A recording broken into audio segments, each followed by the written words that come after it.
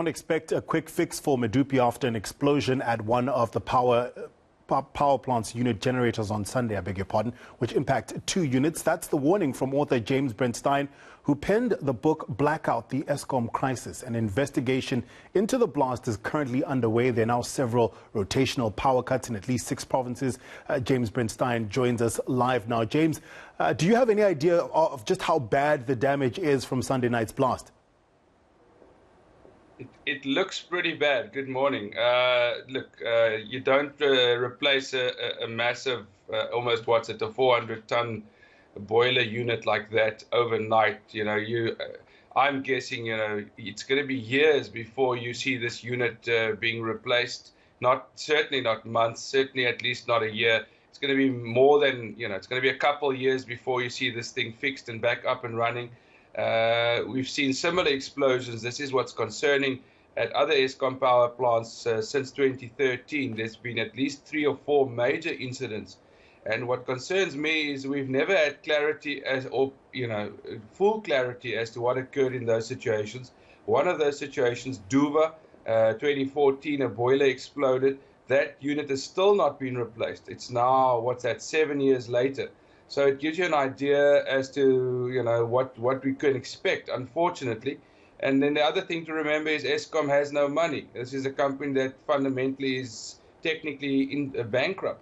They're heading for another massive loss for their latest financial year.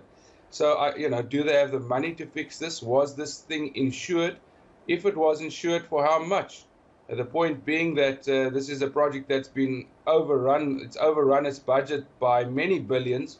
So what if it was insured? Has it been insured sufficiently? And then a last point to make is if this was negligence or some other sabotage is not an unlikely scenario. We'd have to wait for the investigation to come out. But if that did occur, would the unit remain? Would the insurance still kick in? So it's very concerning, I've got to be honest.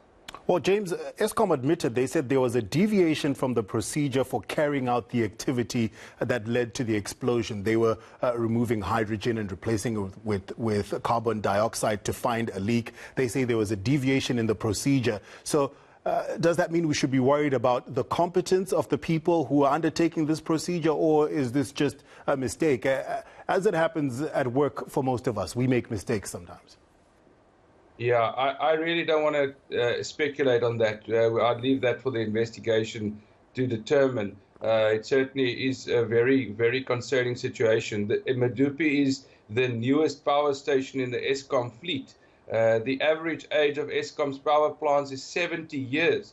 Medupi is critical for energy security and supply in this country.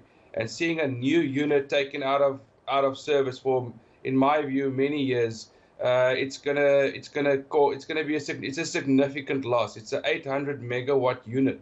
This is a new unit, one that's supposed to be reliable and dependable, and that doesn't cut out. As to the competency of the people, I don't want to speculate on that. I can make one comment, and this is that Eskom is in the middle of a wage dispute. 2018, we saw similar irregularities creeping in with wage dispute at the time. It turned very hostile. Power stations in 2018 had to be cordoned off at one stage. Key personnel who wanted to work were flown in with helicopters, for example. People forget this. And again, at that stage, no one was held accountable. The unions weren't called to order, for example. Was this some sort of a linkage to the ongoing wage dispute? I don't know, but it's certainly something to bear in mind that there is an ongoing wage dispute. Yeah. And ironically, it was also in August 2018 when we saw this the sort of problems that occurred. With more than 1,400 megawatts lost now, we're sitting with power cuts again. Can you give us an idea of just how much 1,400 megawatts of electricity is? To plain old people like me, it's difficult to put that in context. It is a bit tricky. I just want to clarify one thing. It's not power cuts. So when you're saying power cuts in 5 provinces, it sounds like load shedding. This is not the case. It's load reduction. And a load reduction is being done in several provinces because of overloading of the network. So and essentially it means there's a lot of illegal connections taking place in areas, and this places so much demand and strain on those grids and those areas that Eskom has to reduce the supply of electricity to those regions in the case of a collapse of the grid, because that could lead to greater challenges. So that's what occurs there. It's a load reduction, which is a different thing to a power cut or load shedding. Just for clarity, as to how much 1,400 megawatts is, it's always a difficult scenario.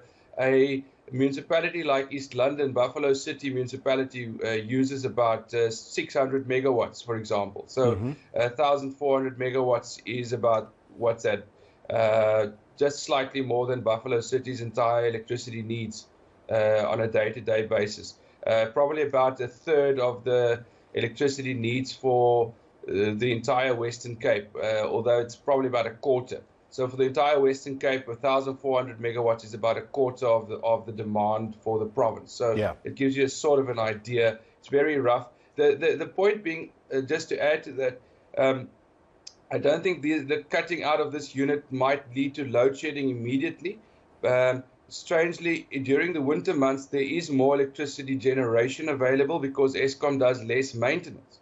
But if you look at the demand and the available capacity in the summer months when we were hit with load shedding, the available capacity at that stage was about 27,000 megawatts.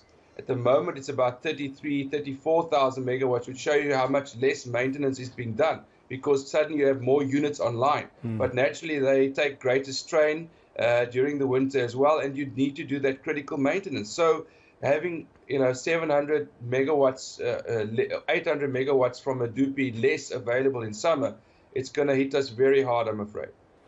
It's author James Brent Stein. Thank you so much for your time, sir, and for putting that into perspective for us.